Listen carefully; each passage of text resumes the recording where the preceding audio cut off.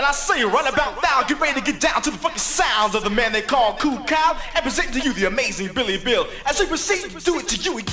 Hello, my name is William Waring, also known as Billy Bill professionally. Get down. I'm from Harlem. I moved to Albany 25 years ago into the capital region, and here I am. My whole family was musical, basically. My cousin, Ronald, he had all the albums and records and all that. So I had no choice but to sit around and absorb all this musicianship and lyric writing and how different people played guitars and all. You know, I learned from my cousins, my aunts, and my mother and my father. I wrote poetry in the 7th grade. That was in the school yearbook. So I was a poet at 12.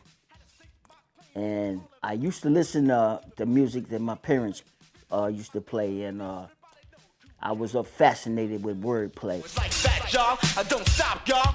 I started b-boying when I was 15 years old, late 1971, before I became 16, and that was before hip-hop had a name.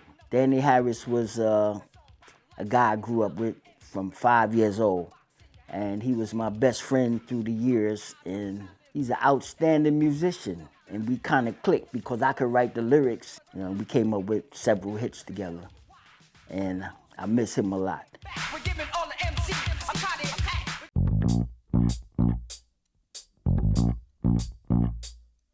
Kurtis Blow, he's Kurtis Walker. We both share the love for music. I ain't really got it like that. We used to hear certain things that nobody else heard, so we just came connected. And it's still like that to this day. He got the 2 records. I just laid back as his friend, and I'm a supporter. You know, but I did have something to contribute. When they said he was going to make an album, I said, all right, I'm gonna get busy. I wrote a song called Throughout Your Years, and I wrote another one called The Hard Times, the original Hard Times. He presented them to his producers.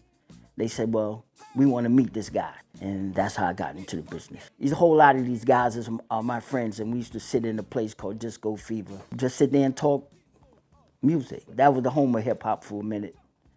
Disco Fever in the Bronx. I'm listening to hip hop, but I'm listening to stuff that and the peers from my time. I still hear things in the songs from back then that I didn't hear at that moment, or it has a different meaning for me now. Hard Times, Run DMC, and Basketball was probably the most popular. And I wrote the Fat Boys' first record, which was a pretty big smash. Games People Play, 8 Million Stories, Kurtis Blow, Star Life, Kurtis Blow. There's been some more. Then I made a couple with a guy named Kool Herc called Trouble, and the B-side was the Old School. I'm still old school purist. We have a reunion once a year in Harlem, and usually most of us can make it back. If not, we'll meet up somewhere at some event.